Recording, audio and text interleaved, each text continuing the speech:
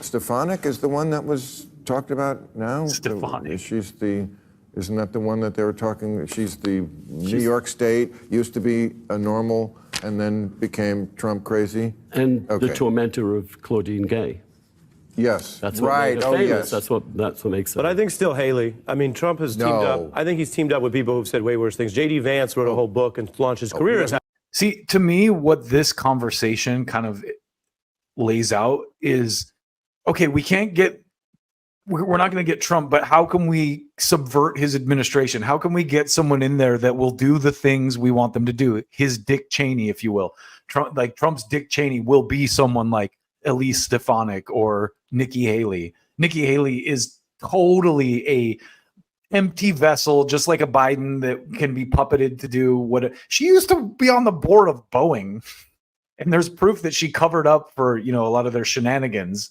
So it's interesting to see these liberals talk so fondly of Nikki Haley. I mean, it's not, obviously, because they're all part of the same party and Trump is a threat to that.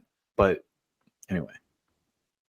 Trump. He doesn't care about that. He doesn't care about any of that. And Haley, although there are parts of MAGA, as we discussed, that might not love her, if Trump says this is it, and he's very practical, and she would help in the suburbs, which is his biggest general election vulnerability, I think there's a lot of the actual numbers people around Trump who are trying to get him to think about that. And it would probably give him several points. I saw in the paper this week that he is doing better and did better with college education. Yep. I remember when he won Iowa, or was running in Iowa in 2016, and he had that famous line, "I love the poorly educated." Yes. I mean, you can't write this material. Did you really say that? You said tonight that it looks like he could get reelected. He definitely could, but he got 3 million fewer votes in 16. He got 7 million fewer votes in 20.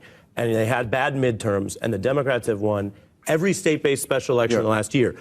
If he's going to win, which he could, he can't run as the 20 or 16 version of him, and the ticket is the first largest way to say to the suburbs, I'm a little different. Talking politics. The trouble with Nikki is that she may. I think whoever's advising Trump now must be better. I think Steve Bannon was a good advisor to him, but you saw, I just played his victory speech from Iowa where he said, I want to bring everyone together, liberals and conservatives, Republicans and Democrats. So I think these guys, just like the MSNBC crowd, which Ari Melber is a member of, are wildly misled. They know nothing. They're not experts. Like the Dalai Lama. I mean, there is not a country she would invade, not a region she wouldn't bomb. She is the most unreconstructed neocon I've ever come across in politics. And Trump's entire message is, I'm not an unreconstructed neocon. I think the basic... He nails it.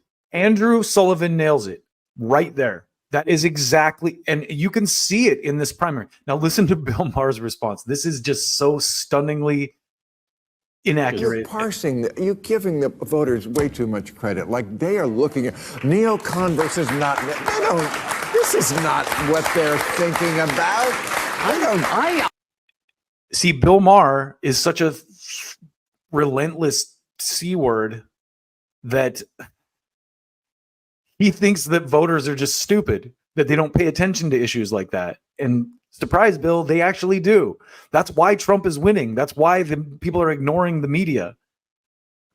This is why I get back to the issues with Trump. I think one of the issues that helped him was that people were sick of these wars. And when they have someone that seems like they want to get into more wars, they were not going to like it. It's a big issue. I don't think voters expect the running mate to set foreign policy. Period. My response to that would have been, hey, do you remember Dick Cheney? I don't think they think about foreign policy the hell of a lot, except if the one that they care about now is Ukraine, because it's holding up immigration reform. They care about... See, and that, again, this is Bill Maher. He watches MSNBC and listens to media people, and that's what they're saying. That's not what's going on. They're not upset about Ukraine because it's holding up immigration reform.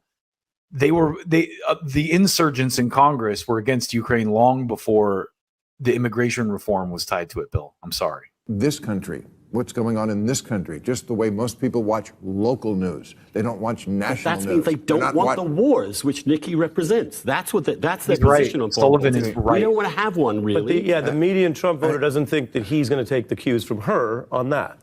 Or that's I don't think Ari's wrong about that sentiment, but he's also missing the point.